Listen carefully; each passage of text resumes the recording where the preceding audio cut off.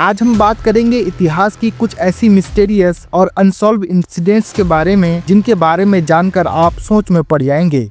ऐसी घटनाएं जिनके रहस्यों को आज तक ना तो साइंस सुलझा पाया है और ना ही इतिहासकार। ये इंसिडेंट ऐसी हैं जो आज भी हमारी समझ से बाहर है।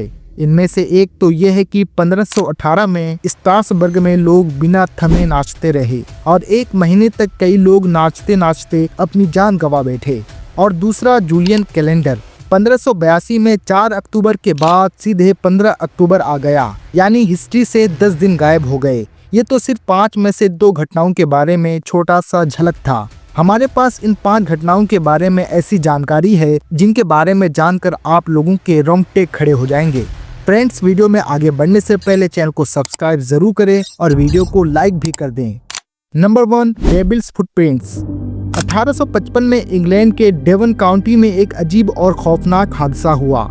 एक ठंडी बर्फीली रात को लोग सुबह उठते ही अपनी गलियों और सड़कों में कुछ अजीबोगरीब पैरों के निशान देखकर चौंक गए। इन निशानों का शेप नॉर्मल नहीं था। ये पैरों के निशान इंसानों के पैरों के जैसे नहीं लग रहे थे। ये निशान 4 इंच चौड़े और घुमावदार लग रहे थे। खास बात ये थी कि ये निशान कहीं भी रुक नहीं रहे थे, बल्कि लगातार एक डायरेक्शन की तरफ बढ़ते जा रहे थे। और ये पैरों के निशान इतने अजीब थे कि लोग ये सोचने लगे कि ये किसी शैतान या इनविजिबल पावर के निशान हो सकते हैं। जब लोग इस मिस्टीरियस इंसिडेंट को पता करने के लिए निकले तो उनका डर और भी बढ़ गया। पैरों के निशान सड़कों पर ही नहीं बल्कि कई घरों के छतों पर भी दिखने लगे थे। ये अजीब था क्योंकि कोई भी ऑर्डिनरी क्रिएचर छत तक नहीं पहुंच सकता था। यहाँ तक कि कुछ निशान दरवाजों और खिड़कियों के पास भी दिखे, जैसे कि कोई अंदर घुसने की कोशिश कर रहा हो। क्या ये निशान किसी जंगली जानवर के थे या फिर कोई रहस्यमय पावर इसके पीछे थी? इस पर किसी ने भी सॉलिड इंफॉर्मेशन नहीं दी।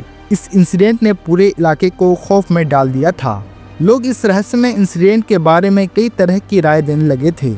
कुछ लोग मानते थे कि ये निशान किसी बड़े जानवर के थे, जैसे कि किसी जंगली बिल्ली या परिंदे के। वहीं कुछ लोग इस इंसिडेंट को शैतानी ताकतों से जोड़कर देख रहे हैं। हालांकि इस घटना के बारे में कोई ठोस सबूत नहीं मिल सका और इसका रहस्य आज भी बरकरार है। ये इंसिडेंट अब भी लोगों के बीच एक बड़ा सवाल बना हुआ है और इंग्लैंड की हिस्ट्री में एक अनसॉल्व मिस्ट्री बनकर रह गई है, जिसे लोग आज भी हैरान होकर याद करते हैं। Number 2, vanishing village of Anjikuni. 1920 के दशक में कनाडा के एंजीकुनी लेक के पास मौजूद एक छोटा सा गांव अचानक पूरी तरह से तबाह हो गया था। ये घटना इतनी अजीब और रहस्यमय थी कि जब एक ट्रेपर्स का ग्रुप गांव में पहुंचा तो उन्हें कुछ ऐसा दिखा जो किसी के भी होश उड़ा सकता था। घर खुले पड़े थे, खाना जलता हुआ दिखाई दे रहा था, लेकिन गांव के लोग कहीं भी दिखाई नहीं दे रहे थे। हर घर में बर्तन और दूसरे सामान बिखरे पड़े थे, जैसे कि लोग बिना सोचे समझे अचानक कहीं चले गए हों। हालांकि एक भी इंसान का कोई सुराग नहीं था। ये घटना पूरी दुनिया में चर्चा का विषय बन गई और लोग इसे एक छुपी हुई ताकत का काम मानने लगे थे। गांव वालों के गायब होने के बाद लोकल अथॉरिटीज ने जांच शुरू की और पाया कि कुछ भी नॉर्मल नहीं था। न तो कोई लाश मिली और न ही कोई सबूत था कि लोग भागे थे या फिर हिंसा का शिकार हुए थे। गांव के पास कोई कन्फ्लिक्ट या खून खराबे के सबूत नहीं थे। कुछ लोकल लोग ये मानने लगे कि गांव पर एक अजीब किस्म की शक्ति का असर था। कुछ लोग तो ये तक कहने लगे थे कि एंजीकुनी झील के पास कुछ इनविजिबल रहस्यमय ताकतें थी जो गांव के लोगों को अपने साथ खींच ले गई थी। लेकिन सबसे अजीब बात ये थी कि गांव के कुछ कुत्ते भी बिल्कुल चुपचाप कहीं गायब हो गए थे, जैसे सब कुछ एक साथ गायब हो गया हो। हालांकि कभी भी इस इंसिडेंट का कोई ठोस सबूत नहीं मिल पाया। क्या ये अचानक एक भयानक आपदा थी या फिर किसी अजीब किस्म के रहस्यमय ताकत का काम?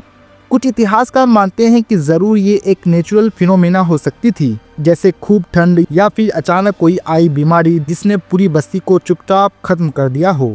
लेकिन आज तक किसी भी जांच में इस घटना का कोई क्लियर रीजन सामने नहीं आया। एंजीकुनी का गांव आज भी एक रहस्य बना हुआ है और ये रहस्यमय घटना आज भी लोगों के दिमाग में सवाल उठाती है। क्या सचमुच कोई अदृश्य ताकत इस गांव को उड़ा ले गई थी या फिर ये महज एक अजीब इत्तेफाक था?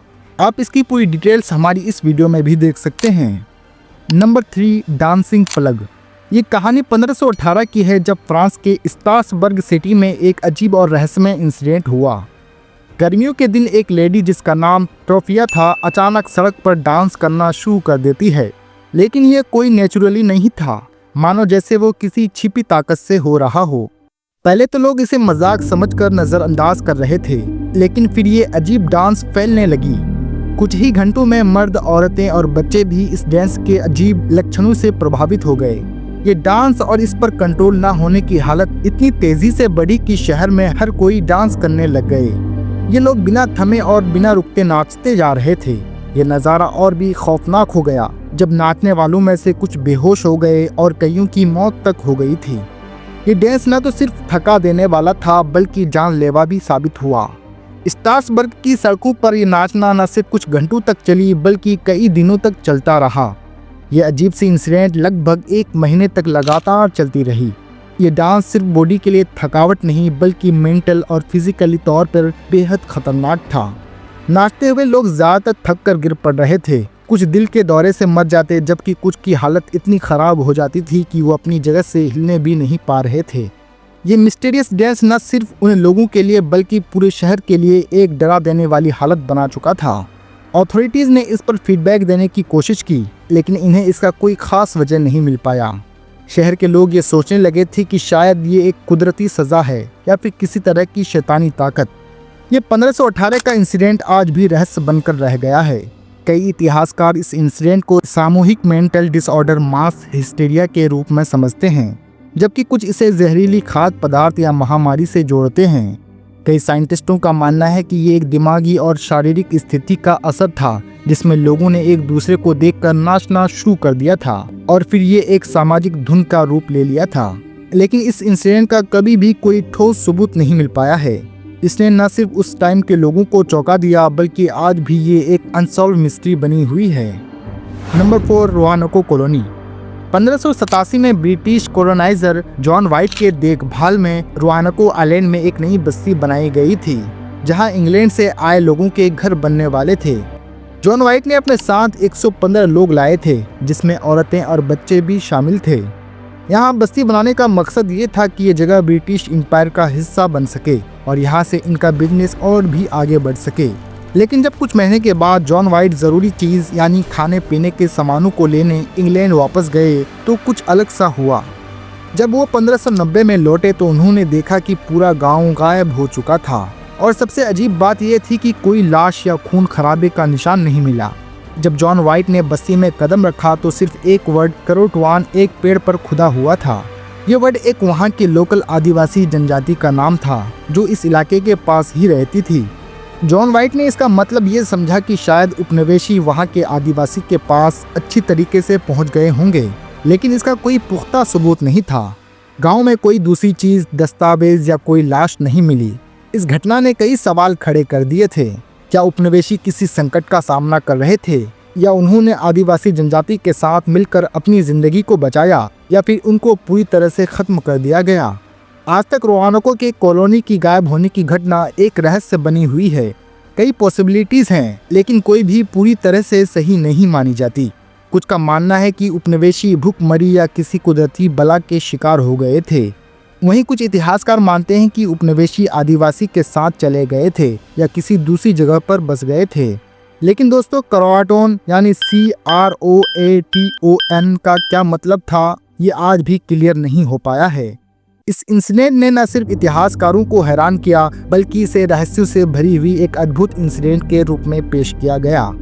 रोआनोको कॉलोनी का रहस्य शायद कभी भी न सुलझ सके और ये एक अनसॉल्व सब्जेक्ट के तौर पर हमेशा हिस्ट्री में बना रहेगा। Number 5, Julian calendar. क्या दुनिया का समय कभी भी गड़बड़ हो सकता है? और ऐसा ही कुछ 1582 में हुआ। उस दौर में हम सभी जूलियन कैलेंडर का इस्तेमाल कर रहे थे, जिसे जूलियस सीजर ने 46 BC में लागू किया था, लेकिन इसका हिसाब सही नहीं था। जूलियन कैलेंडर के साल में 365.25 दिन थे, जो सूरज के चक्कर के सही टाइम से कुछ ज्यादा थे। इसका नतीजा ये हुआ कि हर साल लगभग 11 मिनट का डिफरेंट बढ़ता गया और सैकड़ों सालों में ये डिफरेंट बड़ा हो गया। 1582 में पॉप ग्रेगोरी ने इसे सुधारने का फैसला किया। पॉप ग्रेगोरी ने सबसे पहले ये देखा कि कैलेंडर में कुछ दिन जोड़ने की ज़रूरत है ताकि मौसम और समय का हिसाब सही हो सके। इसलिए 1582 में पॉप ने अनाउंस किया कि अक्टूबर के 4 तारीख के बाद सीधे 15 अक्टूबर 1582 आ जाएगा, यानी कैलेंडर से 10 दिन कम कर दिया गया। जब 4 अक्टूबर का दिन खत्म हुआ तो अगला दिन 15 अक्टूबर का था। इन 10 दिनों को कैलेंडर से निकाल लिया गया ताकि साल के दिनों का सही हिसाब रखा जा सके। ये एक बड़ा बदलाव था और इसके बाद से ही ग्रेगोरियन कैलेंडर को अपनाया गया, जो आज भी हम इस्तेमाल करते हैं। आप इसे गूगल में भी सर्च करके देख सकते हैं। वहाँ पर आपको 4 अक्टूबर के बाद सीधे 15 अक्टूबर दिखाई देगा, यानी 10 दिन दुनिया से गायब हो गए थे। इस बदलाव के बाद सूरज और कैलेंडर के बीच का जो अंतर था वो सही हो गया था, लेकिन ये बदलाव सिर्फ कुछ मुल्कों में ही लागू हुआ, जैसे कि इटली, स्पेन और फ्रांस। फिर बाकी देशों ने इसे धीरे धीरे अपनाना शुरू कर दिया था। ये बदलाव न सिर्फ कैलेंडर को सही किया, बल्कि उसने दुनिया भर में वक्त को एक नई दिशा में बांध दिया। अब 10 दिन अचानक गायब हो गए थे और कैलेंडर से जुड़े हुए समय और मौसम के सारे अंतर ठीक हो गए थे।